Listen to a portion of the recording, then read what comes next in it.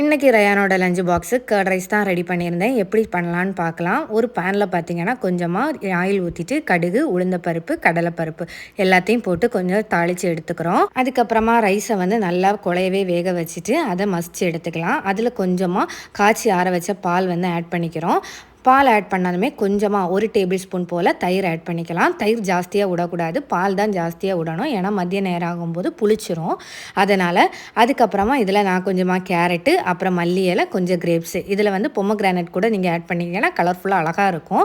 அதுக்கப்புறம் தாளிச்சு வச்சுருக்க மிக்சரும் போட்டு நல்லா மிக்ஸ் பண்ணி எடுத்தோன்னா சூப்பரான கர்ட் ரைஸ் ரெடி ஆயிரும். அதுக்கு பார்த்தீங்கன்னா நான் பொட்டேட்டோ ஃப்ரை தான் ரெடி பண்ணியிருக்கேன். ஸோ ரொம்பவே டேஸ்டியாக இருக்கும். கர்ட் ரைஸ் வந்து இது பார்க்குறதுக்கே கலர்ஃபுல்லாக இருக்கிறதுனால பசங்களுக்கு ரொம்பவே பிடிக்கும். நீங்கள் ட்ரை பண்ணி பார்த்துட்டு எப்படி இருக்குன்னு சொல்லுங்கள். அதுக்கப்புறம் ரயானா ஸ்கூலுக்கு அனுப்பிட்டு நாங்கள் ஸ்ட்ரைட்டாகவே சின்னவனுக்கு வேக்சினேஷன் போடுறதுக்காக தான் போயிருந்தோம். இவனுக்கு பார்த்தீங்கன்னா 9 மந்தில் உள்ள வேக்சினேஷன் போடல. எல்லா வேக்சினும் லேட்டாக தான் போட்டுட்டு இருக்கிறதுனால இது வந்து இப்போ 1 வயசுக்கு தான் போடுற மாதிரி இருந்துச்சு. இந்த வாட்டி அவனுக்கு 3 வேக்சின் போடுற மாதிரி இருந்துச்சு. அதுக்கப்புறம் போய் வேக்சின் எல்லாமே போட்டுட்டு வீட்டுக்கு வரும்போது டைம் ஆயிருச்சு. நல்லாவே அழுதுட்டு இருந்தான். பார்க்கவே ரொம்பவே பாவமாக இருந்துச்சு.